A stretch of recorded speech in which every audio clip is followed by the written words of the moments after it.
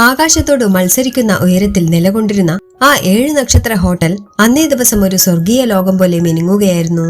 പുറത്തുനിന്ന് കയറുന്നവരെ ആദ്യം തന്നെ വിസ്മയിപ്പിച്ചത് ഭംഗിയാർന്ന ഗ്ലാസ് കവാടങ്ങളും അവയുടെ ഇരുവശങ്ങളിലും നിരന്നു നിന്നിരുന്ന അപൂർവ പൂക്കളാൽ അലങ്കരിച്ച പൂന്തോട്ടവുമായിരുന്നു.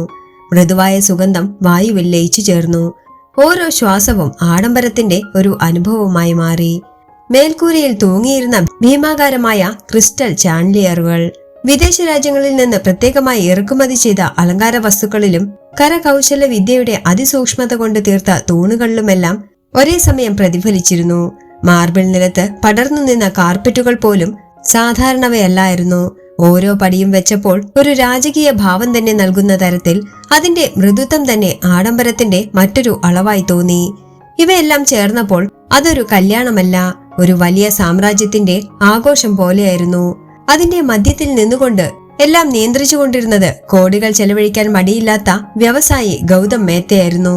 തന്റെ ഏക മകളുടെ വിവാഹം ജീവിതത്തിലെ ഏറ്റവും വലിയ സംഭവമായി കാണുകയും അത് ആരും മറക്കാത്ത രീതിയിൽ വേണമെന്നുറച്ച് ഓരോ അലങ്കാരത്തിനും ഓരോ ലൈറ്റിനു പോലും പ്രത്യേകമായി ശ്രദ്ധ ചെലുത്തിയ ഒരാൾ. അദ്ദേഹത്തിന്റെ മുഖത്ത് അഭിമാനവും ആത്മവിശ്വാസവും നിറഞ്ഞു നിന്നു. അവിടെ എത്തിയിരുന്ന ഓരോ അതിഥിയെയും സ്വാഗതം ചെയ്യുമ്പോൾ അദ്ദേഹത്തിന്റെ കണ്ണുകളിൽ തെളിഞ്ഞത് ഇത് എന്റെ ലോകമാണ് എന്നൊരു ഗർവായിരുന്നു. ആ ഗർവം തന്നെ ആ ഹാളിലെ ഓരോ കോണിലും പ്രതിഫലിച്ചു. അതിഥികൾ ഓരോരുത്തരായി എത്തിത്തുടങ്ങിയപ്പോൾ ആ മണ്ഡപം ഒരു സമ്പന്നതയുടെ പ്രവേശന വേദിയായി മാറി. വില കൂടിയ ഡിസൈനർ വസ്ത്രങ്ങൾ ധരിച്ച സ്ത്രീകളും ബ്രാൻഡഡ് സ്യൂട്ടുകളിലും ഷെർവാണികളിലും തിളങ്ങിയ പുരുഷന്മാരും, അവരുടെ സംഭാഷണങ്ങൾ പോലും ഒരു സാധാരണ ജീവിതത്തിൽ നിന്നും വളരെ അകലെയുള്ള ലോകത്തെക്കുറിച്ചായിരുന്നു.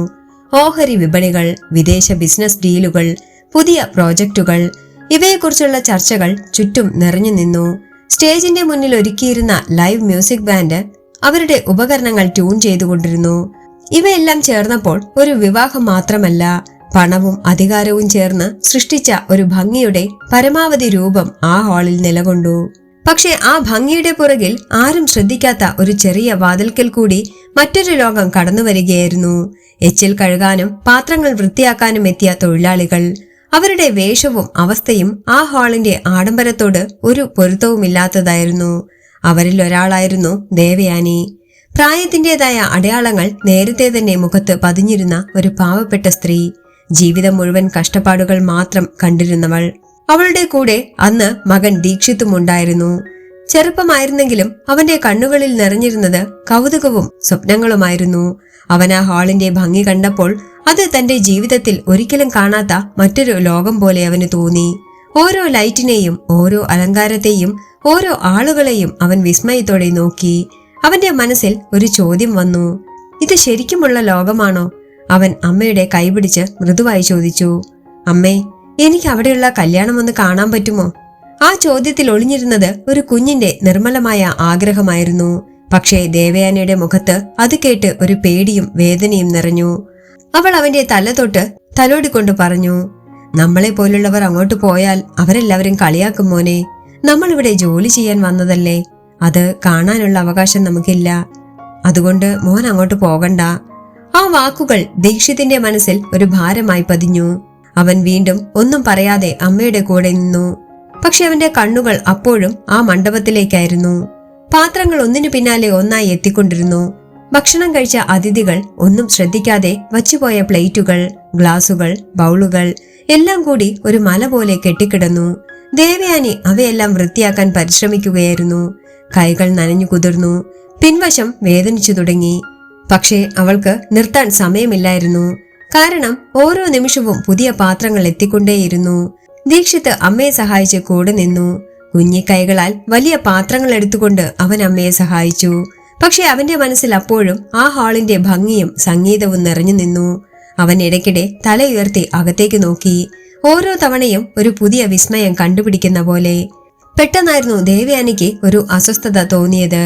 അവളുടെ കണ്ണുകൾ മങ്ങിത്തുടങ്ങി. കയ്യിൽ പിടിച്ചിരുന്ന പാത്രം വഴുതി താഴേക്ക് വീണു. അവൾ നെഞ്ചുപിടിച്ച് നിൽക്കാൻ ശ്രമിച്ചു. പക്ഷെ ശരീരം അവളെ പിന്തുണച്ചില്ല. ദേവയാനി തളർന്ന് താഴേക്ക് വീണു. അമ്മേ എന്ന് വിളിച്ച് ദീക്ഷിത്ത് ഭയത്തോടെ അവളെ നോക്കി. അവളുടെ ശ്വാസം സ്ഥിരമായിരുന്നില്ല. കണ്ണുകൾ മങ്ങിത്തുടങ്ങി. എന്ത് ചെയ്യണമെന്ന് അവന് മനസ്സിലായില്ല. അവന്റെ ഹൃദയം വേഗത്തിൽ മിടിച്ചു. അമ്മേ, അമ്മേ, എന്താ പറ്റിയത്? അമ്മേ എന്ന് വിളിച്ചുകൊണ്ട് അവൻ കരഞ്ഞു തുടങ്ങി. അവന്റെ ശബ്ദത്തിൽ നിറഞ്ഞത് ഒരു കുഞ്ഞിന്റെ ഭയവും നിസ്സഹായതയുമാണ്.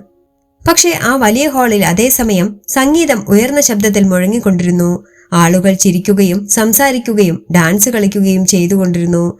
അവിടെ ആരും ഈ ചെറിയ കോണിൽ നടക്കുന്ന ദുരന്തം ശ്രദ്ധിച്ചില്ല. ദീക്ഷിത്തിന്റെ കരച്ചിൽ ആ ശബ്ദക്കൂട്ടത്തിൽ മുങ്ങിപ്പോയി. അവൻ അമ്മയെ കുലുക്കി എഴുന്നേൽപ്പിക്കാൻ ശ്രമിച്ചു. പക്ഷേ അവൾ പ്രതികരിച്ചില്ല. ഓരോ നിമിഷവും അവന് ഒരു യുഗം പോലെ തോന്നി. അവന്റെ കണ്ണുനീർ നിലത്ത് വീണുകൊണ്ടിരുന്നു. ആരെങ്കിലും സഹായിക്കൂ എന്ന് വിളിക്കാൻ ശ്രമിച്ചെങ്കിലും അവന്റെ ശബ്ദം അവനെ തന്നെ വഞ്ചിച്ചു. ആരും കേട്ടില്ല. ഒടുവിൽ ഒരു തീരുമാനമെടുത്തതുപോലെ അവൻ പെട്ടെന്ന് അവിടെ നിന്ന് എഴുന്നേറ്റു. കണ്ണുകളിൽ ഭയമുണ്ടായിരുന്നെങ്കിലും ഒരു ഉറച്ച മനസ്സോടെ അമ്മയെ രക്ഷിക്കണം എന്നൊരു ചിന്ത മാത്രം അവന്റെ ഉള്ളിൽ മുഴങ്ങി. എന്ത് സംഭവിക്കുമെന്ന് പോലും ചിന്തിക്കാതെ, ആരൊക്കെ എന്തു പറയുമെന്ന് പോലും പരിഗണിക്കാതെ അവൻ ആ ആഡംബര ലോകത്തിന്റെ നടുവിലേക്ക് ഓടിത്തുടങ്ങി. മണ്ഡപത്തിലേക്ക് സഹായം തേടി, ഒരു ചെറിയ കുട്ടിയുടെ അത്യാവശ്യമായ നിലവിളിയുമായി. മണ്ഡപത്തിനുള്ളിലേക്ക് ഓടിച്ചെന്ന ദീക്ഷിത് ആദ്യം കണ്ട ഓരോ മുഖത്തെയും ഒരു പ്രതീക്ഷയോടെ സമീപിച്ചു. അവൻ കൈകൾ ചേർത്ത് ശ്വാസം മുട്ടുന്ന ശബ്ദത്തിൽ, ദയവായി എന്റെ അമ്മ അവിടെ തളർന്നു കിടക്കുകയാണ്, ആരെങ്കിലും ഒന്ന് വരുമോ എന്ന് അപേക്ഷിച്ചു. അവന്റെ വാക്കുകൾ വ്യക്തവും സത്യസന്ധവുമായിരുന്നു. എന്നാൽ ആ വാക്കുകൾ ആരുടെയും മനസ്സിൽ പതിയുന്നില്ലായിരുന്നു. ചിലർ അവനെ മുഴുവനും ഒന്ന് നോക്കി അസഹനത്തോടെ മുഖം തിരിച്ചു. ചിലർ അവനെ ഒരു ബുദ്ധിമുട്ടായി കണ്ട് മാറി നിന്നു. മറ്റു ചിലർ അവനെ കളിയാക്കി ചിരിക്കുകയും ഇവനെ ആരാണിവിടെ കടത്തിവിട്ടത് എന്ന് ചോദിക്കുകയും ചെയ്തു. ആ ചിരി ദീക്ഷിത്തിന്റെ ഹൃദയത്തെ തകർത്തു. അവൻ വീണ്ടും വീണ്ടും അപേക്ഷിച്ചു, എനിക്ക് പണം വേണ്ട, എന്റെ അമ്മയെ ഒന്ന് രക്ഷിക്കണം എന്നവൻ അപേക്ഷിച്ചു. പക്ഷേ ആരും അവന്റെ വാക്കുകൾ ഗൗരവത്തിലെടുത്തില്ല. ചിലർ അവനെ ഭിക്ഷക്കാരനായി തെറ്റിദ്ധരിച്ച് കയ്യിൽ പണം കൊടുക്കാൻ ശ്രമിച്ചു. അവൻ അത് തള്ളിക്കളഞ്ഞു. അവന്റെ കണ്ണുകളിൽ നിറഞ്ഞിരുന്നത് അപേക്ഷ മാത്രമായിരുന്നു. ഓരോ നിരാകരണവും ദീക്ഷിത്തിന്റെ ഉള്ളിൽ വേദനയായി കെട്ടിക്കിടന്നു. അമ്മയെ ഒറ്റയ്ക്കാക്കി വന്നതെന്തിന് എന്നൊരു കുറ്റബോധം അവനെ തകർത്തു. ഞാൻ കൂടെ ഉണ്ടായിരുന്നെങ്കിൽ എന്ന ചിന്ത അവന്റെ മനസ്സിൽ വീണ്ടും വീണ്ടും ഉയർന്നു. അതിനൊപ്പം എന്തുകൊണ്ട് ആരും തന്നെ കേൾക്കുന്നില്ല എന്നൊരു നിസ്സഹായതയും അവനെ അലട്ടിക്കൊണ്ടിരുന്നു. അവൻ കരഞ്ഞുകൊണ്ടിരുന്നു. പക്ഷെ ആ കരച്ചിൽ പോലും ആരുടെയും ശ്രദ്ധ പിടിച്ചുപറ്റിയില്ല. ഒരു യുവാവ് അവനെ പിടിച്ച്, നീ എന്താ നാടകം കളിക്കുകയാണോ? പുറത്തേക്ക് പോ. അത് കേട്ട് ദീക്ഷിത്ത് കരഞ്ഞുകൊണ്ട് പറഞ്ഞു, ഇത് നാടകമല്ല ചേട്ടാ, എന്റെ അമ്മയ്ക്ക് എന്തെങ്കിലും സംഭവിച്ചാൽ. അവന്റെ ശബ്ദം ഇടറുന്നുണ്ടായിരുന്നു.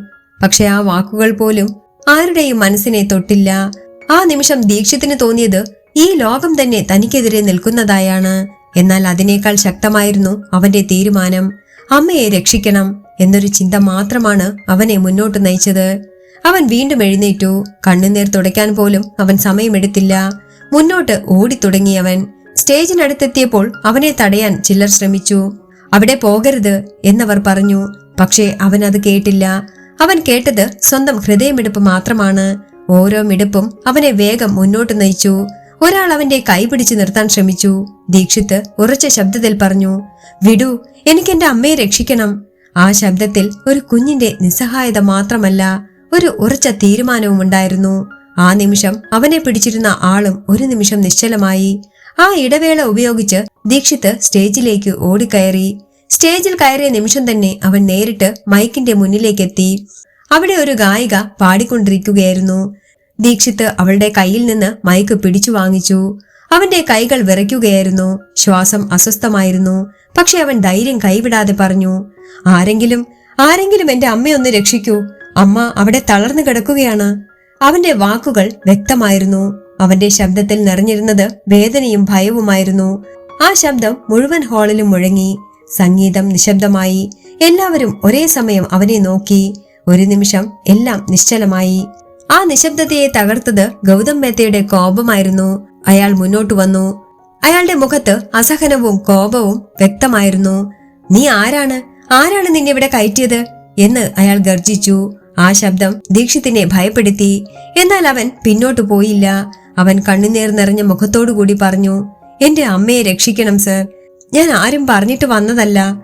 അവന്റെ വാക്കുകൾ ലളിതവും സത്യസന്ധവുമായിരുന്നു. പക്ഷേ ഗൗതം മേത്തയുടെ മനസ്സിൽ അത് കേറിയില്ല.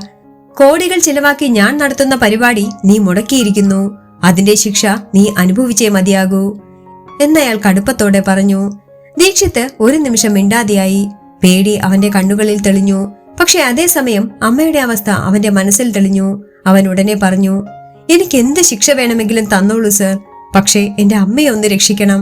ആ വാക്കുകൾ അവന്റെ ഹൃദയത്തിന്റെ ആഴത്തിൽ നിന്നുള്ളവയായിരുന്നു. അവൻ കാലിൽ വീഴാൻ പോലും തയ്യാറായി. അവന്റെ ശബ്ദത്തിൽ ഒരു സത്യസന്ധമായ അപേക്ഷയുണ്ടായിരുന്നു. ഗൗതം മേത്ത ഒരു നിമിഷം അവനെ നോക്കി. പിന്നീട് അയാൾ സെക്യൂരിറ്റികളെ വിളിച്ചു. ഇവൻ പറയുന്നത് സത്യമാണോ എന്ന് പോയി നോക്കൂ എന്ന് അയാൾ പറഞ്ഞു. സെക്യൂരിറ്റികൾ ഉടൻ തന്നെ പുറത്തേക്ക് പോയി. ആ കുറച്ചു നിമിഷങ്ങൾ ദീക്ഷിതിന് വളരെ ദൈർഘ്യമുള്ളതായി തോന്നി. അവൻ കൈകൾ ചേർത്ത് പിടിച്ചു നിന്നു. ശാന്തനായി പ്രാർത്ഥിച്ചു, അമ്മയ്ക്കൊന്നും സംഭവിക്കരുതേ എന്നൊരു ചിന്ത മാത്രമാണ് അവന്റെ ഉള്ളിൽ ഉണ്ടായിരുന്നത്. ചുറ്റുമുണ്ടായിരുന്നവർ അവനെക്കുറിച്ച് സംസാരിക്കാൻ തുടങ്ങി. ചിലർ അവനെ കരുണയോടെ നോക്കി, ചിലർ അപ്പോഴും അസഹനതയോടെ തന്നെ നോക്കി. പക്ഷേ ആരും അവന്റെ അടുത്തേക്ക് വന്നില്ല. ആരും അവന്റെ തോളിൽ തട്ടിയൊന്ന് ആശ്വസിപ്പിച്ചില്ല. അവൻ ആ വലിയ ഹാളിൽ ഒറ്റപ്പെട്ടുപോയി. ഒടുവിൽ സെക്യൂരിറ്റികൾ തിരിച്ചെത്തി. ദീക്ഷിത് പറഞ്ഞത് സത്യമാണെന്ന് ഉറപ്പായി. ദേവയാനി അവിടെ തളർന്നു കിടക്കുകയാണെന്ന് അവർ പറഞ്ഞു. ഗൗതം മേത്ത ഉടൻ തന്നെ നടപടികൾ സ്വീകരിച്ചു. അവളെ ഹോസ്പിറ്റലിൽ എത്തിക്കൂ എന്ന് അയാൾ പറഞ്ഞു. ആ വാക്കുകൾ കേട്ടപ്പോൾ ദീക്ഷിത്തിന്റെ ഉള്ളിൽ ഒരു ചെറിയ ആശ്വാസമുണ്ടായി. അവനൊരു ദീർഘനിശ്വാസം എടുത്തുവിട്ടു. അവന്റെ കണ്ണുകളിൽ പ്രതീക്ഷ തെളിഞ്ഞു. അമ്മ രക്ഷപ്പെടും എന്നൊരു വിശ്വാസം അവനിൽ ജനിച്ചു. പക്ഷേ ആ ആശ്വാസം വളരെ കുറച്ചു നേരം മാത്രമേ നീണ്ടുള്ളൂ. ദീക്ഷിത് ഉടനെ തന്നെ പറഞ്ഞു, എനിക്ക് അമ്മയോടൊപ്പം പോകണം. അവന്റെ ശബ്ദം ഇടറുന്നുണ്ടായിരുന്നു. പക്ഷേ ഗൗതം മേത്തയുടെ മറുപടി കഠിനമായിരുന്നു. നിനക്കിവിടെ നിന്ന് പോകാൻ പറ്റില്ല. നീ പരിപാടി തടസ്സപ്പെടുത്തി. അതിന്റെ ശിക്ഷ നീ അനുഭവിച്ചേ മതിയാകൂ എന്നയാൾ പറഞ്ഞു. ആ വാക്കുകൾ ദീക്ഷിത്തിന്റെ ഹൃദയം വീണ്ടും തകർത്തു. ദീക്ഷിത് ഒന്നും പറയാനാവാതെ അവിടെ നിന്നു. അവൻ ചുറ്റും നോക്കി. ആരെങ്കിലും തന്റെ വേദന മനസ്സിലാക്കുമോ എന്ന് അവൻ പ്രതീക്ഷിച്ചു. പക്ഷേ ആരും അവന്റെ അടുത്തേക്ക് വന്നില്ല. അവന്റെ കണ്ണുകളിൽ വീണ്ടും കണ്ണുനീർ നിറഞ്ഞു. അമ്മേ, എനിക്ക് വരാൻ പറ്റുന്നില്ല എന്ന വേദന കലർന്ന വാക്കുകൾ അവന്റെ മനസ്സിൽ മുഴങ്ങിക്കൊണ്ടിരുന്നു. ആ ആഡംബരത്തിന്റെ നടുവിൽ ആയിരങ്ങൾക്കിടയിൽ നിന്നിട്ടും അവൻ പൂർണ്ണമായും ഒറ്റപ്പെട്ട ഒരു കുഞ്ഞായി മാറി. സ്റ്റേജിൽ നിന്നുകൊണ്ട് ദീക്ഷിത് വീണ്ടും ഗൗതം മേത്തയോട് അപേക്ഷിച്ചു, എന്നെ അമ്മയോടൊപ്പം പോകാൻ അനുവദിക്കൂ എന്നവൻ പറഞ്ഞു. അവന്റെ ശബ്ദം പൂർണ്ണമായും തകർന്നിരുന്നു. എന്നാൽ ഗൗതം മേത്തയുടെ മറുപടി വീണ്ടും കഠിനമായിരുന്നു. ഹോസ്പിറ്റലിൽ കൊണ്ടുപോകാൻ ഞാൻ ആളുകളെ അയച്ചിട്ടുണ്ട്. പക്ഷേ ചികിത്സയ്ക്ക് വേണ്ട പണം ഞാൻ കൊടുക്കില്ല. അതുകൂടാതെ പണമില്ലാതെ നിന്നെ അവിടെ ആരും കയറ്റുകയുമില്ല എന്നയാൾ വ്യക്തമായി പറഞ്ഞു. ആ വാക്കുകൾ ദീക്ഷിത്തിന്റെ ഉള്ളിൽ ഒരു വലിയ ശൂന്യത സൃഷ്ടിച്ചു. അവന്റെ കണ്ണുകൾ നിറഞ്ഞൊഴുകി. ഒരു നിമിഷം അവന് ശ്വാസം പോലും എടുക്കാനായില്ല. പണമില്ലെങ്കിൽ അമ്മയെ രക്ഷിക്കാനാവില്ല എന്ന സത്യം അവന്റെ മനസ്സിൽ ഇരച്ചു കയറി. ആ നിമിഷം അവൻ എന്തു ചെയ്യണമെന്നറിയാത്ത അവസ്ഥയായി. അവൻ ചുറ്റും നോക്കി. നൂറുകണക്കിന് ആളുകൾ അവിടെ ഉണ്ടായിരുന്നു. കോടികൾ ചിലവഴിച്ചൊരുക്കിയ ആ ആഘോഷത്തിന്റെ നടുവിൽ അവൻ ഒറ്റയ്ക്കായിരുന്നു. സഹായിക്കാൻ ഒരാളും മുന്നോട്ടു വന്നില്ല. ദീക്ഷിത് ശാന്തമായി മൈക്കിന്റെ മുന്നിൽ നിന്നു. അവന്റെ കൈകൾ അപ്പോഴും വിറയ്ക്കുകയായിരുന്നു. കണ്ണുനീർ അവന്റെ കവിളിലൂടെ ഒഴുകിക്കൊണ്ടിരുന്നു. എന്നാൽ അവന്റെ ഉള്ളിൽ എന്തൊക്കെയോ മാറിക്കൊണ്ടിരുന്നു. വാക്കുകൾ ഇല്ലാതായപ്പോൾ അവന്റെ ഉള്ളിൽ നിന്ന് ഉയർന്നത് ഒരു സ്വരമായിരുന്നു. അത് ഒരു സാധാരണ പാട്ടല്ലായിരുന്നു. അത് അവന്റെ അമ്മയോടുള്ള സ്നേഹത്തിന്റെ ആഴത്തിൽ നിന്ന് പിറന്ന ഒരു ഗാനമായിരുന്നു. അവൻ കണ്ണുകൾ അടച്ചു. ഒരു ദീർഘശ്വാസം എടുത്തു. പിന്നെ മൈക്കിലൂടെ പാടി തുടങ്ങി. ആദ്യ സ്വരം മുഴങ്ങിയ നിമിഷം തന്നെ ഹാൾ നിശബ്ദമായി. അവന്റെ ശബ്ദം പതിഞ്ഞതായിരുന്നു. എന്നാൽ അതിൽ ഒരു അതുല്യമായ ഭാവമുണ്ടായിരുന്നു. ഓരോ വാക്കും അവന്റെ ഹൃദയത്തിൽ നിന്ന് നേരിട്ട് പുറത്തേക്ക് വരുന്നത് പോലെ തോന്നി. അമ്മ എന്നൊരു വാക്ക് പോലും അവൻ പാടുമ്പോൾ അതിൽ നിറഞ്ഞിരുന്നത് അവന്റെ മുഴുവൻ ജീവിതമായിരുന്നു. അവിടെ നിന്നിരുന്ന സംഗീതജ്ഞർ ആദ്യം ആശ്ചര്യപ്പെട്ടു. അവർ ഒരുമിച്ച് നോക്കി. പിന്നെ അവന്റെ പാട്ടിന്റെ താളം മനസ്സിലാക്കി. സ്വാഭാവികമായി തന്നെ ഓർക്കസ്ട്ര അവന്റെ പാട്ടിനൊപ്പം താളം പിടിച്ചു. ഒരു പ്രാക്ടീസുമില്ലാതെ, ഒരു തയ്യാറെടുപ്പുമില്ലാതെ, ഒരു ചെറിയ കുട്ടിയുടെ ഹൃദയത്തിൽ നിന്നുള്ള പാട്ടിനൊപ്പം അവർ സംഗീതം ചേർത്തു. പിന്നീട് അവിടെ നടന്നത് ആരും പ്രതീക്ഷിക്കാത്ത ഒന്നായിരുന്നു. ദീക്ഷിത്തിന്റെ ശബ്ദം ഹാളിലെ ഓരോ കോണിലും പടർന്നു. ആ ശബ്ദത്തിൽ വേദനയുണ്ടായിരുന്നു, സ്നേഹമുണ്ടായിരുന്നു, ഒരു കുഞ്ഞിന്റെ ആത്മാർത്ഥതയുണ്ടായിരുന്നു. ആ പാട്ട് കേട്ടിരുന്നവരുടെ മുഖഭാവങ്ങൾ മാറിത്തുടങ്ങി. ചിലരുടെ കണ്ണുകൾ നനഞ്ഞു, ചിലർ തല താഴ്ത്തി നിന്നു, ചിലർക്ക് സ്വന്തം ജീവിതത്തിലെ നഷ്ടങ്ങൾ ഓർമ്മയിൽ വന്നു. ആഡംബരവും അഹങ്കാരവും നിറഞ്ഞ ആ ഹാള് ഒരു നിമിഷം മനുഷ്യന്റെ യഥാർത്ഥ വികാരങ്ങളിലേക്ക് മാറി. ദീക്ഷിത്തിന്റെ ഓരോ നോട്ടും അവരുടെ ഹൃദയത്തിൽ തട്ടി. അവർക്ക് അവന്റെ വേദന മനസ്സിലായി. ഗൗതം മേത്തയും നിശബ്ദമായി നിന്നു. അയാളുടെ മുഖത്ത് ഉണ്ടായിരുന്ന കോപം പതിയെ ഇല്ലാതായി. അതിന്റെ സ്ഥാനത്ത് ഒരു അത്ഭുതം നിറഞ്ഞു.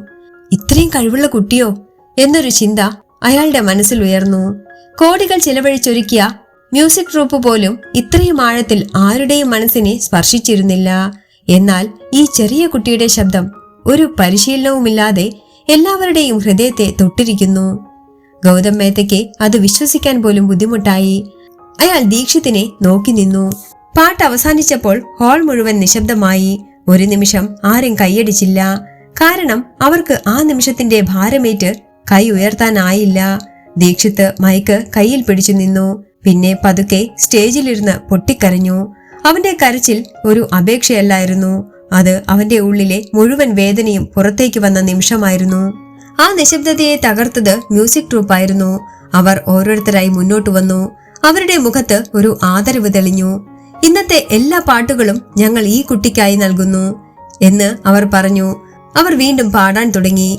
എന്നാൽ ഇപ്പോൾ ആ സംഗീതത്തിന്റെ കേന്ദ്രം ദീക്ഷിത്തായിരുന്നു. അവർ ഗൗതം മേത്ത നൽകിയ പണമെടുത്ത് ദീക്ഷിത്തിന്റെ കയ്യിൽ വെച്ചു. ഇത് അമ്മയുടെ ചികിത്സയ്ക്കായി ഉപയോഗിക്കൂ എന്നവർ പറഞ്ഞു. ആ നിമിഷം ദീക്ഷിത്തിന്റെ കണ്ണുനീർ കൂടുതൽ ശക്തമായി ഒഴുകി. അവനൊന്നും പറയാനായില്ല. അവന്റെ കൈകൾ വിറച്ചു. ആ പണം പിടിച്ചു നിൽക്കുമ്പോൾ അവൻ ഒരു നിമിഷം കണ്ണുകൾ അടച്ചു. അമ്മ രക്ഷപ്പെടും എന്നൊരു പ്രതീക്ഷ വീണ്ടും അവന്റെ ഉള്ളിൽ പിറന്നു. ഇതെല്ലാം കണ്ടുനിന്ന ഗൗതം മേത്ത നിശ്ചലനായി നിന്നു. അയാളുടെ മനസ്സിൽ എന്തൊക്കെയോ മാറിക്കൊണ്ടിരുന്നു. കുറച്ചു നേരം മുൻപ് അവൻ പുച്ഛത്തോടെ നോക്കിയിരുന്ന ആ കുട്ടിയെ ഇപ്പോൾ അയാൾ മറ്റൊരു കണ്ണോടെ കാണാൻ തുടങ്ങി. വേഷം കണ്ടാണ് താൻ വിധി എഴുതിയത് എന്നൊരു തിരിച്ചറിവ് അയാളുടെ മനസ്സിൽ ഉയർന്നു.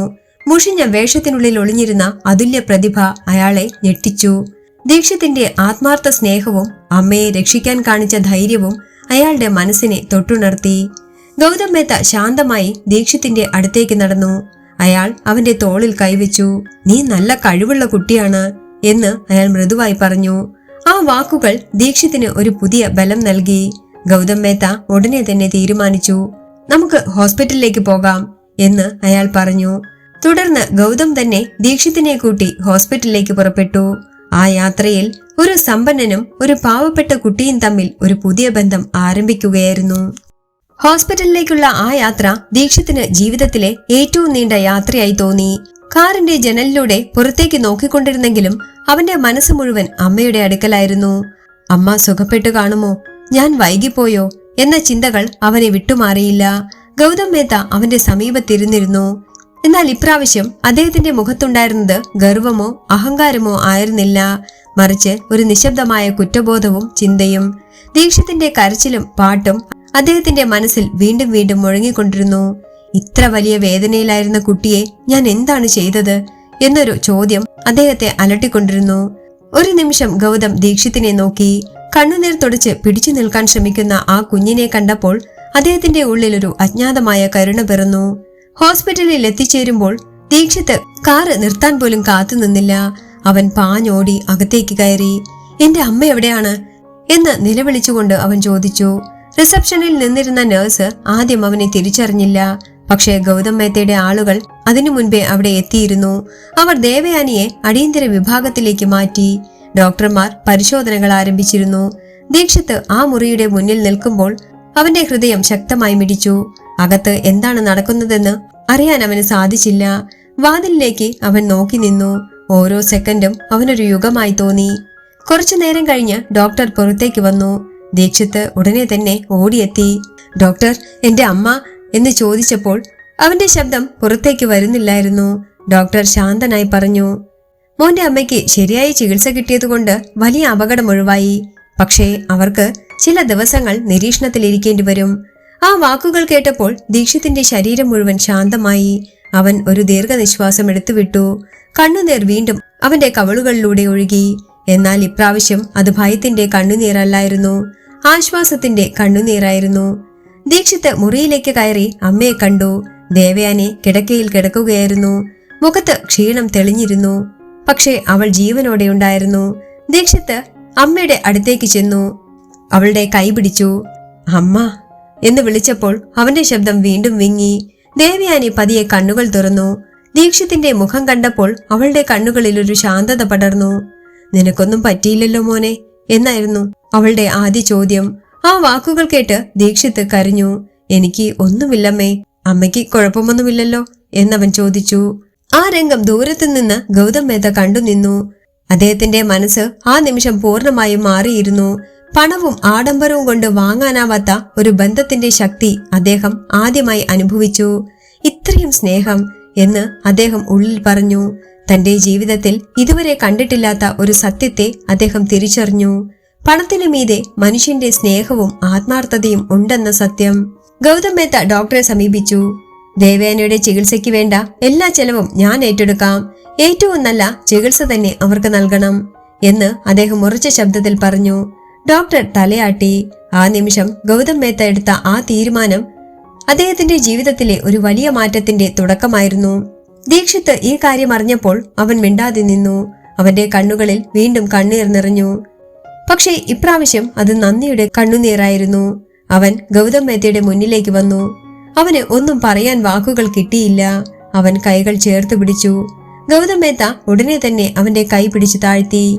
ഇനി നീ ആരുടെയും മുന്നിൽ ഇങ്ങനെ കൈ കൂപ്പരുത്. നീ അതിന് അർഹനല്ല എന്ന് അദ്ദേഹം മൃദുവായി പറഞ്ഞു. നിന്റെ അമ്മയെ രക്ഷിക്കാൻ നീ ചെയ്തത് അത് അധികമാരും ചെയ്യാത്ത കാര്യമാണ് എന്ന് ഗൗതം മേത്ത തുടർന്നു. നിന്റെ ധൈര്യവും നിന്റെ സ്നേഹവും അതാണ് ഇന്നത്തെ ഈ ദിവസം എന്നെ പഠിപ്പിച്ചത്. ദീക്ഷിത് മറുപടിയൊന്നും പറഞ്ഞില്ല. പക്ഷെ അവന്റെ കണ്ണുകളിൽ ഒരു പുതിയ വിശ്വാസം പിറന്നിരുന്നു. ഹോസ്പിറ്റലിലെ ആ മുറിയിൽ ഒരു അമ്മയും മകനും തമ്മിലുള്ള ബന്ധം കൂടുതൽ ശക്തമായി. അതിന്റെ പുറകിൽ ഒരു സമ്പന്നന്റെ മനസ്സിൽ ഒരു വലിയ മാറ്റവും ജനിച്ചു. ആ ദിവസം ഒരു കല്യാണ മണ്ഡപത്തിന്റെ ആഡംബരത്തിൽ തുടങ്ങി മനുഷ്യന്റെ സത്യസന്ധമായ വികാരങ്ങളിൽ അവസാനിച്ച ഒരു കഥയുടെ അടുത്ത അധ്യായം അവിടെ എഴുതപ്പെട്ടു. ഹോസ്പിറ്റലിലെ ആ രാത്രി കഴിഞ്ഞതോടെ ദീക്ഷിത്തിന്റെയും ദേവയാനിയുടെയും ജീവിതം പതിയെ മാറിത്തുടങ്ങി. ഒരിക്കൽ ജീവൻ രക്ഷിക്കാൻ പോലും പണമില്ലാതെ അലയേണ്ടി വന്ന അവർക്ക് ഇപ്പോൾ ഒരു പുതിയ പ്രതീക്ഷ കൈവന്നു. ദേവയാനിയുടെ ചികിത്സ മുഴുവനും ഗൗതം മേത്ത ഏറ്റെടുത്തു. മികച്ച ഡോക്ടർമാരുടെ കീഴിൽ അവൾ ചികിത്സ നേടി.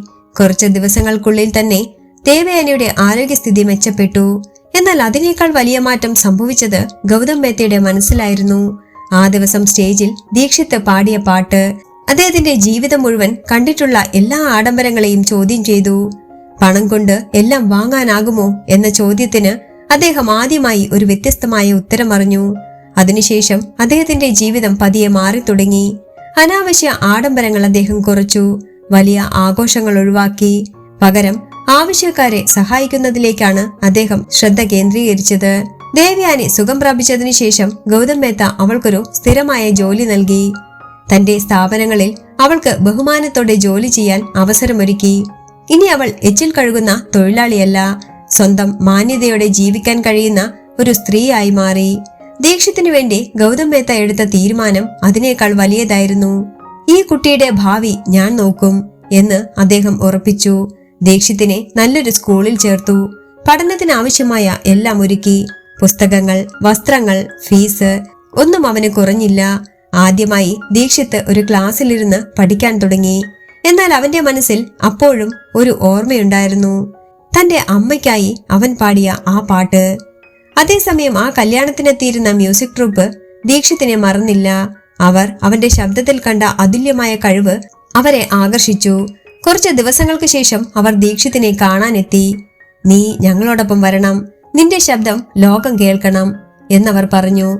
ദീക്ഷിത്ത് ആദ്യം മിണ്ടാതെ നിന്നു. അവന് ഭയമുണ്ടായിരുന്നു. പക്ഷേ ഗൗതം മേത്തയും ദേവയാനിയും അവനെ പ്രോത്സാഹിപ്പിച്ചു. ഇത് നിന്റെ കഴിവാണ്, നീ അത് ഒരിക്കലും ഉപേക്ഷിക്കരുത് എന്നവർ പറഞ്ഞു. ഒടുവിൽ ദീക്ഷിത്ത് ആ മ്യൂസിക് ട്രൂപ്പിൽ ചേർന്നു. അവന്റെ ജീവിതത്തിലെ മറ്റൊരു പുതിയ അധ്യായം അവിടെ തുടങ്ങി. പഠനവും സംഗീതവും ഒരുപോലെ മുന്നോട്ട് കൊണ്ടുപോകാൻ അവൻ ശ്രമിച്ചു. ഓരോ പാട്ടും അവൻ പാടുമ്പോൾ അവന്റെ ഉള്ളിലെ വികാരങ്ങൾ അതിൽ കലർന്നിരുന്നു. അവൻ പാടിയത് വെറും സ്വരങ്ങൾ മാത്രമായിരുന്നില്ല, അത് അവന്റെ ജീവിത അനുഭവങ്ങളായിരുന്നു. കുറച്ചു കാലത്തിനുള്ളിൽ തന്നെ അവന്റെ ശബ്ദം ആളുകളുടെ ഹൃദയത്തിൽ ഇടം നേടി. ചെറിയ സ്റ്റേജുകളിൽ നിന്ന് വലിയ വേദികളിലേക്ക് അവൻ ഉയർന്നു. ഒരിക്കൽ അവനെ കളിയാക്കിയിരുന്ന സമൂഹം തന്നെ ഇപ്പോൾ അവനെ പ്രശംസിച്ചു തുടങ്ങി. ഒരു ദിവസം വലിയൊരു സംഗീതവേദിയിൽ ആയിരങ്ങൾക്ക് മുന്നിൽ നിൽക്കുകയായിരുന്നു ദീക്ഷിത്. ലൈറ്റുകൾ അവന്റെ മുഖത്ത് വീണു. കയ്യിൽ മൈക്ക്. അവൻ ഒരു നിമിഷം കണ്ണുകൾ അടച്ചു. അവന്റെ മനസ്സിൽ വീണ്ടും ആ ദിവസം തെളിഞ്ഞു. ആ ആഡംബര കല്യാണം, അമ്മയുടെ അവസ്ഥ, തന്റെ കരച്ചിൽ, തന്റെ പാട്ട്, എല്ലാം. പിന്നെ അവൻ പാടി തുടങ്ങി. അതേ വികാരത്തോടെ, അതേ ആത്മാർത്ഥതയോടെ.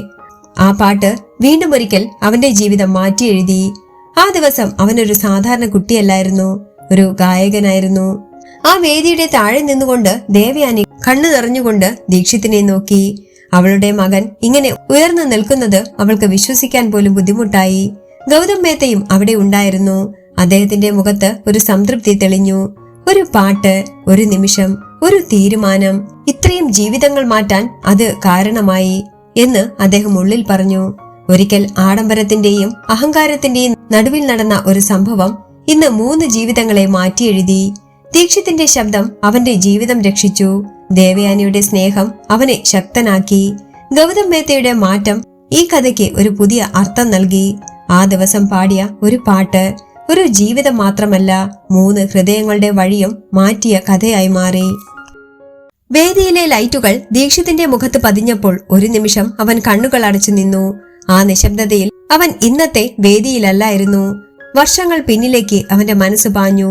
ആ 7 നക്ഷത്ര ഹോട്ടലിന്റെ ആഡംബരത്തിനിടയിൽ ആരും കേൾക്കാത്ത തന്റെ കരച്ചിൽ, കൈകൾ ചേർത്ത് നടത്തിയ അപേക്ഷ, ഓരോ നിരാകരണവും, ഓരോ ചിരിയും എല്ലാം വീണ്ടും വീണ്ടും അവന്റെ മനസ്സിൽ തെളിഞ്ഞു. ആ നിമിഷം അവൻ വീണ്ടും ആ ചെറിയ കുട്ടിയായി മാറി. അമ്മ നിലത്ത് തളർന്നു കിടക്കുന്നത്, ആരെങ്കിലും രക്ഷിക്കൂ എന്ന് പറഞ്ഞിട്ടും ആരും തിരിഞ്ഞു നോക്കാത്തത്. ആ വേദന അവന്റെ ഉള്ളിൽ ഇന്നും അതേ തീവ്രതയോടെ നിലകൊണ്ടിരുന്നു. അവൻ മൈക്ക് കയ്യിൽ പിടിച്ചു. ഒരു ദീർഘശ്വാസം എടുത്തുവിട്ടു. അന്ന് എനിക്ക് പറയാൻ വാക്കുകളില്ലായിരുന്നു എന്ന് അവൻ ശാന്തമായി പറഞ്ഞു തുടങ്ങി. ഞാൻ എത്ര പറഞ്ഞിട്ടും ആരും കേട്ടില്ല. എന്റെ കരച്ചിൽ പോലും ആരെയും സ്പർശിച്ചില്ല. ആ നിമിഷം എന്റെ മനസ്സിലുണ്ടായിരുന്നത് ഒരു പേടിയായിരുന്നു. അമ്മയെ ഞാൻ നഷ്ടപ്പെടുത്തുമോ എന്ന പേടി. അവന്റെ ശബ്ദം പതിയെ വിങ്ങിത്തുടങ്ങി. മുഴുവൻ ഹാളും നിശബ്ദമായി. അവൻ തുടർന്നു. എന്നാൽ എനിക്കൊരു കാര്യം മനസ്സിലായി. ഞാൻ അങ്ങനെ നിൽക്കുകയാണെങ്കിൽ ആരും എന്നെ കേൾക്കില്ല. എല്ലാവരും എന്നെ കേൾക്കുന്ന പോലെ എന്തെങ്കിലും വേറിട്ടൊരു കാര്യം ഞാൻ ചെയ്യണം. എല്ലാവരുടെയും ശ്രദ്ധ എന്നിലേക്ക് എത്തണം. അതായിരുന്നു ആ പാട്ട്. അവൻ ഒരു നിമിഷം ഒന്ന് നിർത്തി. അവന്റെ കണ്ണുകളിൽ കണ്ണുനീർ നിറഞ്ഞു. ആ പാട്ട് ഞാൻ പഠിച്ചതല്ല, ആരും പഠിപ്പിച്ചതുമല്ല. അത് എന്റെ ഉള്ളിൽ നിന്ന് വന്നതാണ്. എന്റെ അമ്മയെ രക്ഷിക്കണം എന്നൊരു ചിന്തയിൽ നിന്നാണ് അത് വന്നത്. ആ നിമിഷം എനിക്ക് പേടിയുണ്ടായിരുന്നു. പക്ഷേ അതിനേക്കാൾ വലിയതായിരുന്നു എന്റെ ധൈര്യം. കാരണം എനിക്ക് പിന്നോട്ടു പോകാൻ നിവൃത്തിയില്ലായിരുന്നു. അവന്റെ ഓരോ വാക്കും ഹാളിലെ ഓരോ മനുഷ്യന്റെയും മനസ്സിൽ പതിഞ്ഞു. ഇന്ന് ഞാനിവിടെ നിൽക്കുന്നത് ആ ഒരു നിമിഷം കൊണ്ടാണ് എന്നവൻ ഉറച്ച ശബ്ദത്തിൽ പറഞ്ഞു. അന്ന് ഞാൻ പേടിച്ച് നിശബ്ദനായി നിന്നിരുന്നെങ്കിൽ ഇന്ന് ഞാൻ ഇവിടെ ഉണ്ടാകുമായിരുന്നില്ല. എന്റെ അമ്മയും. അവൻ വാക്ക് പൂർത്തിയാക്കാൻ കഴിയാതെ നിർത്തി. എന്നാൽ ആ അർത്ഥം എല്ലാവർക്കും മനസ്സിലായി. അവൻ തലയുയർത്തി എല്ലാവരെയും നോക്കി. ജീവിതത്തിൽ മാറ്റം വേണമെങ്കിൽ നമ്മൾ തന്നെ അതിനുവേണ്ടി ഇറങ്ങിത്തിരിക്കണം. ആരെങ്കിലും വന്ന് നമ്മളെ രക്ഷിക്കുമെന്ന് കാത്തിരിക്കാനാവില്ല. നമ്മൾ തന്നെ നമ്മളെ തെളിയിക്കണം. ചിലപ്പോഴത് വേദനയിലൂടെ ആയിരിക്കും, ചിലപ്പോഴത് ഭയത്തിലൂടെ ആയിരിക്കും. പക്ഷേ ആ ഒരു നിമിഷം നമ്മൾ ധൈര്യത്തോടെ എടുത്ത ഒരു തീരുമാനം, അത് നമ്മുടെ മുഴുവൻ ജീവിതവും മാറ്റും. ഹാളിലിരുന്നവരുടെ മുഖങ്ങളിൽ ആ വാക്കുകൾ പതിഞ്ഞു. ഗൗതം മേത്ത ശാന്തമായി നിൽക്കുകയായിരുന്നു.